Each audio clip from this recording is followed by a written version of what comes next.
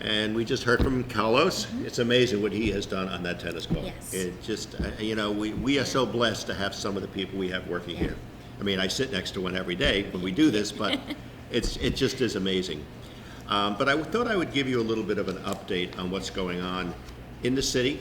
When I wear my commissioner hat sometimes, I think it's important that you understand that as well, because we interrelate with the city very much so. And we try to mimic as much as possible the rules and regulations that were given by the county, the city, we get it from the state. So we're sort of like a melting pot of rules and regulations that we try to instill into the island. There's been some confusion, I think. You've gotten calls again about mask usage, when to use it, when not. So just to bring you up to date, if you are indoors in any of the facilities we have on the island, it is critical that you wear your mask. And it's mandatory. It's not just the Williams Island saying that, it's the county, it's the state, it's the city. Even so, the state hasn't made the whole state mandatory. Dade County has made it mandatory. So if you're inside, you must wear a mask.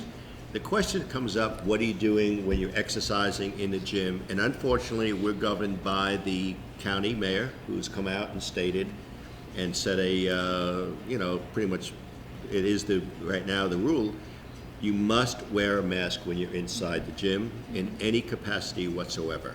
I know it's difficult, I know it's not as easy to wear a mask and exercise, but unfortunately we have no choice about it. It's just made mandatory to us who were following through. We had some options that we could have closed it, but we felt we want to leave it open. We realize it's a little bit more of an inconvenience, but at least we have the amenity for the island. When you're outside, if you're doing exercise outside, you do not have to wear a mask, provided you can social distance. If you're walking, and I know it's hard to breathe in the heat, you do not have to wear the mask if you're alone or you're walking and you can social distance. But if you're not in a position to social distance, the mask must go on whether you're indoors or outdoors. So I wanted to clarify that because there's still a lot of people that are not wearing a mask under any condition. Now, I don't want to sound like a policeman, but the city is getting very strict with enforcement of mask usage. As you've seen, I believe it came out today or last night, Walmart, Sam's Club, some of these major department stores, big boxes, are demanding you wear a mask everywhere in the country, in any of their stores. The city is now going to start doing more enforcement around the community as to when you wear a mask. If you're not wearing it, you're going around the circle, you're going into stores, you're walking around, they will give you a warning, they will fine you, and I can assure you it's unfortunate, but we have no choice because with the numbers going up to 10, 12, 14,000 a day, we are now the worst state in the whole United States. We must get it down, and the only way to do it is, as you hear the doctors talk, within a month to two, we could have this under control if people social distance, but the masks are mandatory. On Williams Island, if you are in a position where you have to be wearing a mask and you're not, it will be enforced on the island.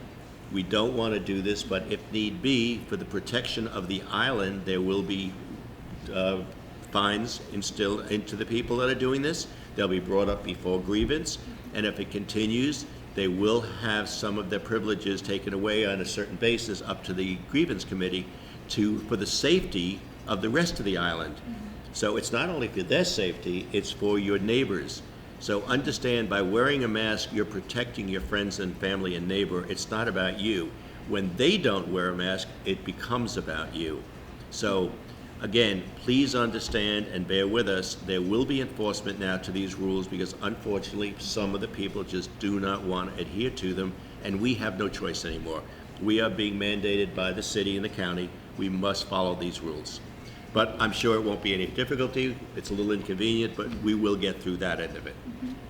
We have a board of directors meeting coming up on the 30th, and at that meeting, it'll be at 5:30. There'll be a Zoom call-in number for it. And when you call, you will be able to speak, you'll be able to ask questions, and we'll be able to answer anything it is you want to know live. So that will be something we can do. As far as the pool and the food and beverage, as you know, the food and beverage is only outdoors right now. And again, it's mandated. We have no choice, but we've made the most of it. It's doing very well. And the takeout will continue. That has not stopped. Sunday is cleaning day, so we don't have any service on Sunday, but that's because we want to make sure the whole island is cleaned. In terms of the spa, we close from 12:30 to 1:30, and we shut it down and we clean again every day, aside from on an ongoing basis, but they want to do that as well in there. So, Stephanie, I know you've had some questions coming up about what's happening on the island. Yes, some of the members who are not here, they were asking about the strategic plan that we went through last year and how that is being handled right now. Good question, and it's it's very difficult to talk about what to do in the future with what's going on today, but we do feel very positive that this will end eventually, whether it's in 2 months, 4 months, or 6 months. But we didn't want to stop our planning and our preparation because we feel that the island deserves it, and it's something that we've started and we are continuing with it. We're anticipating that sometime in November we will have a fairly good presentation of the changes that we intend to do for the pool area here, this particular building, the food and beverage of this island, and the beautification that we are going to be doing outside with new food and beverage facilities outside and the whole entire new pool design. So it will be quite exciting, and that's being worked on, and we should be getting a presentation to the island. The committee has not stopped working on it, and I must tell you, I can't thank the committee enough. Ron Kettles chairs that committee, and it's just been an amazing group of guys that have worked on this. So we are moving on ahead with that, and that is a continuation. That is already funded, so we're just preparing it now. One of the other questions we have in terms of the strategic plan, some of the other items that we have been discussing that we're implementing is we are closing down the exit gate. We're putting in a pedestrian gate that will have all the new technology. So when you're coming on the island, there'll be a beautiful new gate for the closure at night. There'll be a fob system that will be done by your telephone. And unless you are visiting somebody here or you're a resident or such, or you're on their list, you won't be able to get in at night. And we felt that was very important under the conditions going on now, because with the COVID going on, we want to know who's here, we want to know where they're going, who they're visiting, and if they're not here to visit somebody specific. In fact, I believe we had a complaint that somebody from one of the buildings adjacent to Williams Island wrote us and said, when are we opening up the gate again? They want to come back and walk their dog here. So, I mean, it's almost comical, but it's such a wonderful thing. So we are in the process. That will start probably construction-wise. We should hopefully start that in about 60 days, 45 to 60 days, and that will be open for the season or ready to close for the season. Other than that, for the moment, those are the two things we're concentrating on. Of course, security on the island, we're increasing. We also have increased all of the what we've done is we've upgraded most of the IT systems that we have, as you know, and we need it very badly. So all of that is going on in spite of what is going on. And under the new norm, we have tried to adjust to everything, but we've tried to keep everything going at the same time. And what else? One of the other questions, I know all of the staff at the POA was tested for COVID last Friday. I'm very thankful that the POA has done this because, we come to work every day. I haven't stopped working during it, and obviously I tested negative. I'm here at work, but it just helps reassure us, and I think a lot of the buildings have started to test. Yes, that's a very good point. We have tested last Friday. We tested every employee on the island. And in addition to the island employees, some of the building employees have been tested. Some of the residents have been tested. I believe up until now we have over 500 tests that were done just on Williams Island alone. We should get all the results back probably today or tomorrow. But the majority that we've already gotten back have been negative, thank God, and we've had very, very few cases so far on the island. But that's something that we've been very diligent on. Any employee that started to come back to work had to be tested. Every single day when they come to work, they have the temperature taken. They're asked certain COVID questions. We make sure that the island is safe and secure. We're handling all of the sanitary properly. In fact, you will start to see every single bathroom retrofitted now, where we're going touchless on all the faucets and all the sinks, etc., to make sure you don't have to touch any of these areas. So we're doing everything humanly possible to make sure we're safe. But to answer your question, yes, the testing was done. So far, the initial results have been excellent. We don't know because they've done swab and blood. And the swab test takes about 3 to 5 days for the results to come back. The blood test was to see if you've been before, if you've ever been with it, someone that had it, or you had it, or you have the antibodies. The swab test is to see if you actually have it now. And those are the test results we haven't gotten back yet. Okay. But from what we've seen so far on the blood test, negligible amount of people had it or were exposed. And by the end of this week, and by your next week's report, you'll have a complete update on that. Okay, And great. by the way, it's not too late. If you speak to your building manager, they can still facilitate getting testing done for you. On another note, pertaining to testing, right now, even so they shut down the main testing area in Aventura, we still have a testing area in the city going on. And it's next to Nordstrom's at the Aventura Mall. Oh, okay. And if you contact the city, they will tell you where to go for that testing. Okay. So they do have it continue to go. They shut down the main one, but they still do have it because I know the lines have been impossible in some of these locations. So they still kept one open for that very purpose. So that is going on now. The city itself is maintaining all of the activities it was. No social distancing activities. If you can't social distance, the activity has been canceled right now. All of our meetings obviously are doing by way of Zoom. Our cases are still very modest compared to the rest of the state, but the city is extremely strict about it. And we've got tremendous cooperation from the buildings because, you know, we live in a city of high-rise, and yet they've been fantastic about it.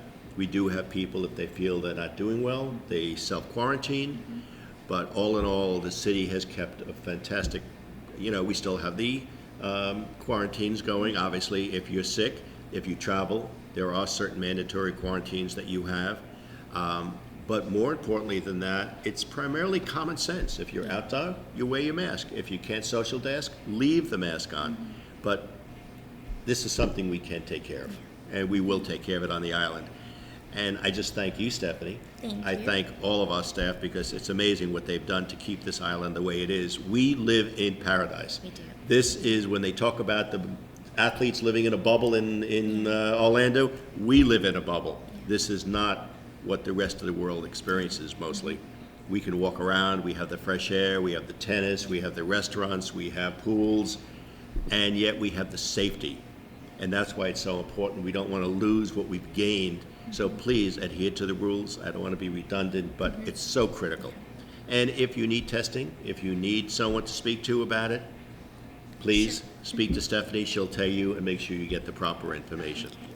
All right. So what do you have to say, Steph? Anything? I just want to thank the residents. The emails and the calls that we've gotten have been wonderful, whether you're in the Berkshires, you're here locally, and a lot of times they just check in with us. So it's nice to hear everything that's going on in their lives, and we tell them what's happening here on the island. And you're right, it is a beautiful place to come to work every day, and we do work and live here in paradise. And unfortunately, with everything going on, I'm very happy to be here where we are, you know, taking all of the protocols very, very security-wise and making sure that everything is done, you know, straight through the protocols. And I want to know how you keep track of all of the flyers you print. And I have a good memory. you must. How do they get to the people? Because obviously our office is not open. Yes. How do you distribute them, and how can people get more information on all these activities? Sure. What we do is for every flyer that's created, we also make a digital copy. So each event is digitally listed on our calendar. So on our mobile app or on the website, we have a digital calendar, so they can just click on it and they can print a flyer from there. We also send the images to the building managers and the concierges, and we send a certain number of copies to the buildings. So they can either find it in their mailroom or see their concierge, the digital leaderboard they have, or on the website or the mobile app. Okay, great. So they all know how to do that. You've sent that out. And if anyone doesn't know how to get in touch with Stephanie, call her in the office. But she'll make sure you get the flyers and everything Yes. that you need, because this is a lot of stuff, as you heard Carlos say.